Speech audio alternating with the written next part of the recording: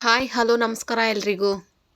ನೋಡಿ ಇವತ್ತು ವಿತೌಟ್ ಮಸಾಲ ಅಂದರೆ ಮಸಾಲೆ ಏನು ರುಬ್ಕೊಳ್ತಿರೇನೆ ಹಾಗೇನೆ ಮಸಾಲೆ ಪೌಡ್ರು ಅಂದರೆ ಅಂಗಡಿಯಲ್ಲಿ ತರ್ತೀವಲ್ಲ ಪಲಾವ್ ಮಸಾಲ ಅದೇನು ಹಾಕ್ದಿರೇನೆ ನಾನಿವತ್ತು ಪಲಾವ್ ಮಾಡಿ ನಿಮ್ಮ ಹತ್ರ ಶೇರ್ ಮಾಡ್ಕೊತಾ ಇದ್ದೀನಿ. ನೋಡಿ ಬನ್ನಿ ಪಲಾವ್ನ ಹೇಗೆ ಮಾಡೋದು ಅಂತ ನೋಡೋಣ ಬನ್ನಿ. ನೋಡಿ ಮೊದಲಿಗೆ ನಾನು ಕ್ಯಾರೆಟು, ಬೀನ್ಸು, ಟೊಮೊಟೊ ಹಾಗೆಯೇ ಆಲೂಗಡ್ಡೆ ಇಷ್ಟು ತರಕಾರಿನ ಪಲಾವ್ಗೆ ತಗೊಂಡಿದ್ದೀನಿ.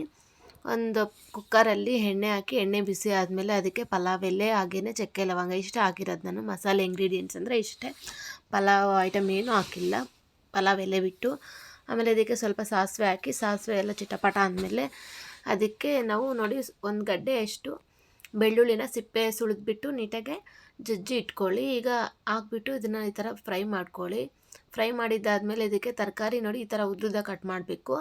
ಕಟ್ ಮಾಡ್ಕೊಂಬಿಟ್ಟು ಹಾಕ್ಬಿಟ್ಟು ಫ್ರೈ ಮಾಡ್ಕೊಳ್ಳಿ. ಎಲ್ಲ ನೀಟಾಗೆ ಈ ತರಕಾರಿ ಎಲ್ಲ ಎಣ್ಣೆಯಲ್ಲೇ ಫ್ರೈ ಆಗಬೇಕು. ಸ್ವಲ್ಪ ಒಂದು 2ರಿಂದ 3 ನಿಮಿಷ ನೀಟಾಗೆ ಫ್ರೈ ಮಾಡ್ಕೊಳ್ಳಿ, ಮೀಡಿಯಮ್ ಫ್ಲೇಮಲ್ಲಿ ಇಟ್ಕೊಂಡು.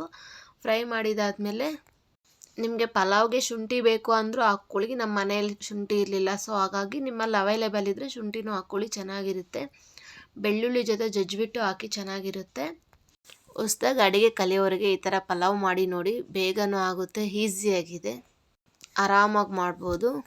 ನೋಡಿ ಈಗಾಗಲೇ ತರಕಾರಿ ಸ್ವಲ್ಪ ಕಲರ್ ಚೇಂಜ್ ಆಗಿದೆ.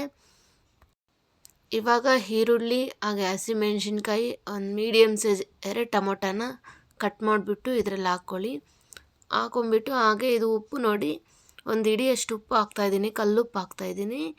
ಇದೆಲ್ಲ ಹಾಕ್ಬಿಟ್ಟು ನೀಟಾಗೆಲ್ಲ ಮಿಕ್ಸ್ ಮಾಡ್ಕೊತ ಫ್ರೈ ಮಾಡಿ ಒಂದು 2 ನಿಮಿಷ ಇದನ್ನು ಮತ್ತೆ ಫ್ರೈ ಮಾಡ್ಕೊಳ್ಳಿ. ಈರುಳ್ಳಿ ಎಲ್ಲ ಒಂಥರ ಟ್ರಾನ್ಸ್ಪರೆಂಟ್ ಥರ ಆಗಬೇಕು.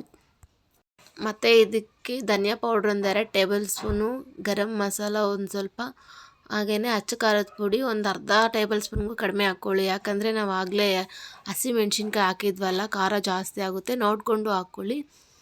ಇವೆಲ್ಲ ಹಾಕ್ಬಿಟ್ಟು ನೀಟಾಗಿ ಮಿಕ್ಸ್ ಮಾಡಿಕೊಂಡು ಇದನ್ನು ಫ್ರೈ ಮಾಡಿ ಒಂದು ಅರ್ಧ ನಿಮಿಷ ಹಾಗೆ ಬಿಡಿ.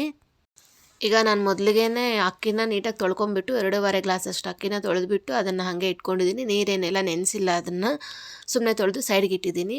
ಹಾಗೆಯೇ ನೋಡಿ ಇಲ್ಲಿ ಅಕ್ಕಿನ ಸೇರಿಸ್ಬಿಟ್ಟು ಎಲ್ಲ ಮಿಕ್ಸ್ ಮಾಡ್ಕೊಳ್ಳಿ.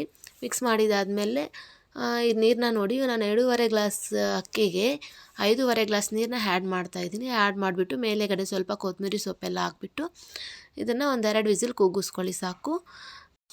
ನಾನಿಲ್ಲಿ ಮಾಡ್ತಿರೋ ಪಲಾವ್ ಕ್ವಾಂಟಿಟಿನ ಸುಮಾರು ಒಂದು 5ರಿಂದ 6 ಜನ ಹೊಟ್ಟೆ ತುಂಬ ತಿನ್ಬೋದು.